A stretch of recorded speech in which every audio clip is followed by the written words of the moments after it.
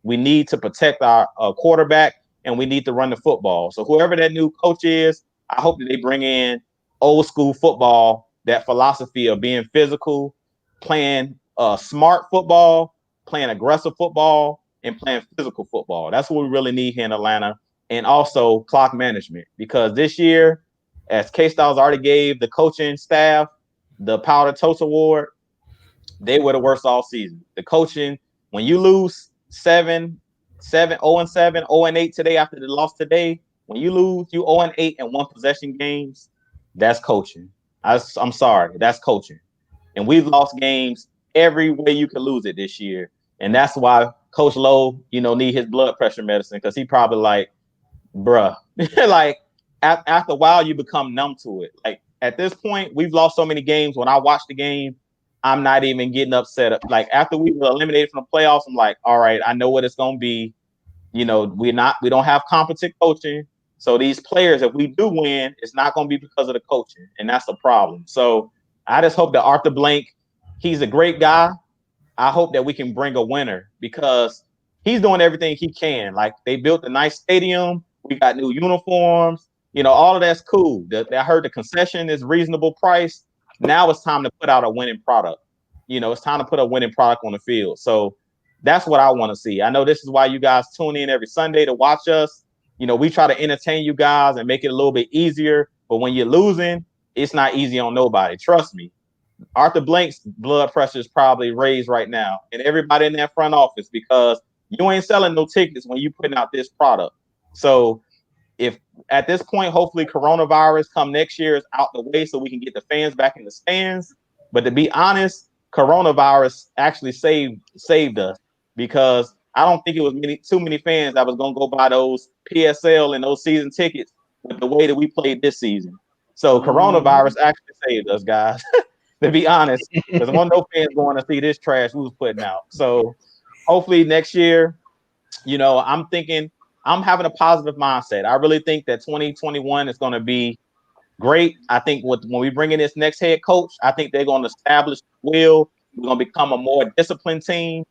For my channel, you guys definitely go Jew Talk Sports. We're on the quest to 800 and then 1,000. I think we're sitting at like somewhere around 760. Hey, let's get to this 1,000. I appreciate you guys. I'm going to be giving you guys Cleveland Cavalier basketball content. That's my squad since now we're on break.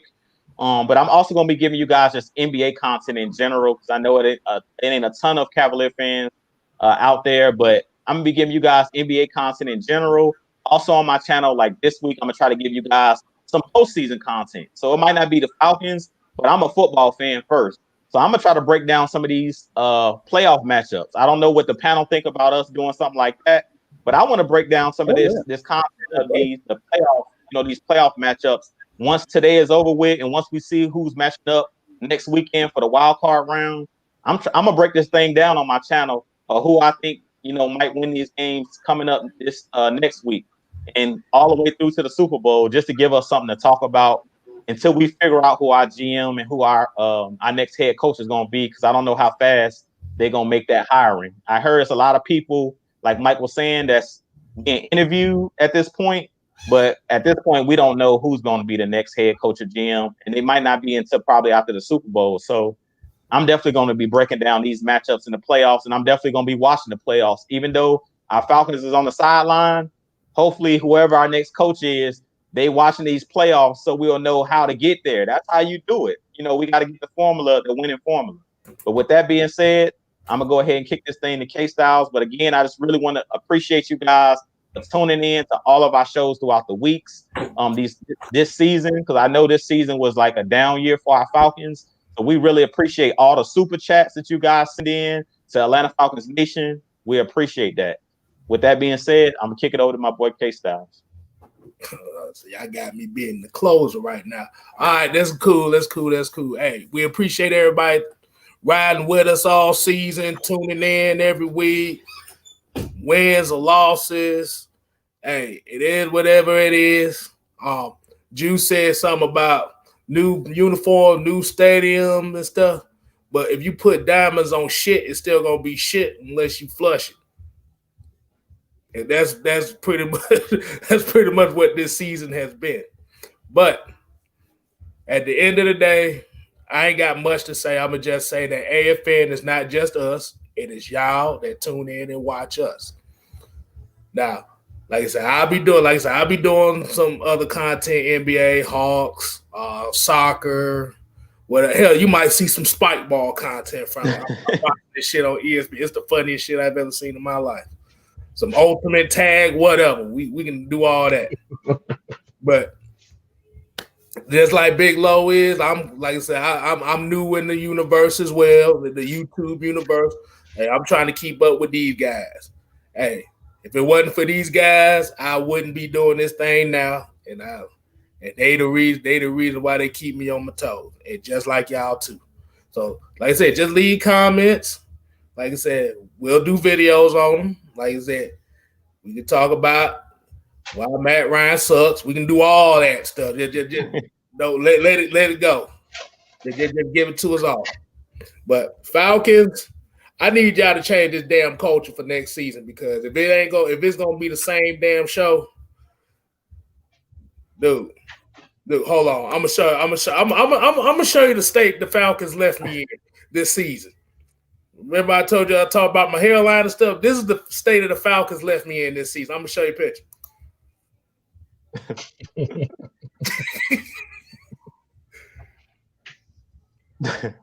Now, if there's an after show tonight, y'all stay tuned to that, because if I'm on there, I will play the damn infomercial I got that picture from. That man got a George Jefferson hairline, boy. You see the shit?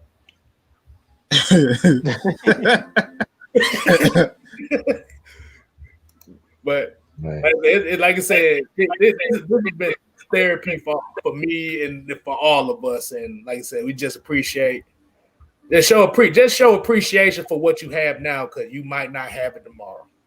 I just put it better like that. And that's it for mine. I had to slam. I didn't slam dunk it, but I threw a little layup in there. We scored. Hey, you didn't call a damn draw, so you good. Oh my goodness! If I called a draw, boy, that thing would have been. Oh boy, that shit would have been horrible. Man, this is almost sad, man. Falcon football is over. Boy. Well, we all look like we just lost a family member or something. We need to sing to no.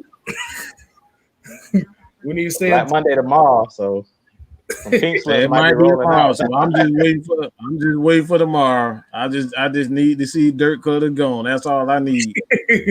I can take anybody besides him. Anybody besides him. Okay. Well, like I said, ladies and gentlemen, that's gonna be the end of the post-game show. Like I said, y'all make sure y'all share this thing. Make sure you follow everybody's handles. That's the Jew Talk Sports, Mad Mike Sports, Bit Low Country Sports. Yeah, like I said, he country here, so that's the key Kuntry. If you type in the actual country, you might find somebody making a recipe or something. So five times. And me, like I said, like I said, we appreciate everybody. And we out.